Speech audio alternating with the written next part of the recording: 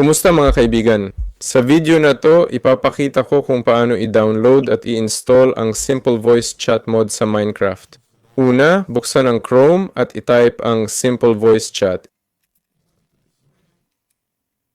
I-enter, tapos piliin ang unang link. Dito, i-click ang Files at piliin ang mod para sa version na kailangan mo. Ito ay para sa 1.21.8. I-download sa Fabric. Pwede rin sa NeoForge o Forge. Forge ang dating pinaka-popular. Dati, yan ang karaniwan. Ngayon, mas marami na ang Fabric. Kaya Fabric na lang tayo. Punta sa Fabric tapos click Download. I-click Download kasi wala akong app. Tapos i-search Fabric Minecraft. Punta rito, click Download. I-click Download for Windows.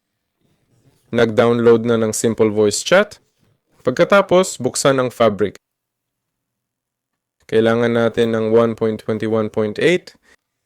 I-click Install, tapos pwede nang buksan ang Minecraft Launcher.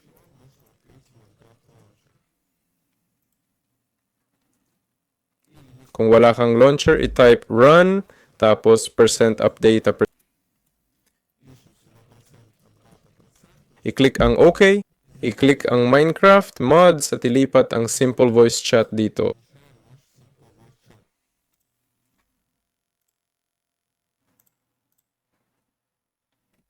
Pwedeng tanggalin lahat to, tapos ilipat ang Simple Voice Chat dito. Ganito natin ililipat, di ba? Ayun.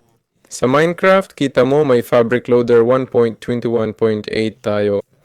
I-click ang Install, No, para di na maghanap ng folder. Piliin ang Pabrika at i-click. Piliin ang mods dito, ilipat ang mga mod, tapos pwede nang maglaro. Ako si, na paalam sa lahat.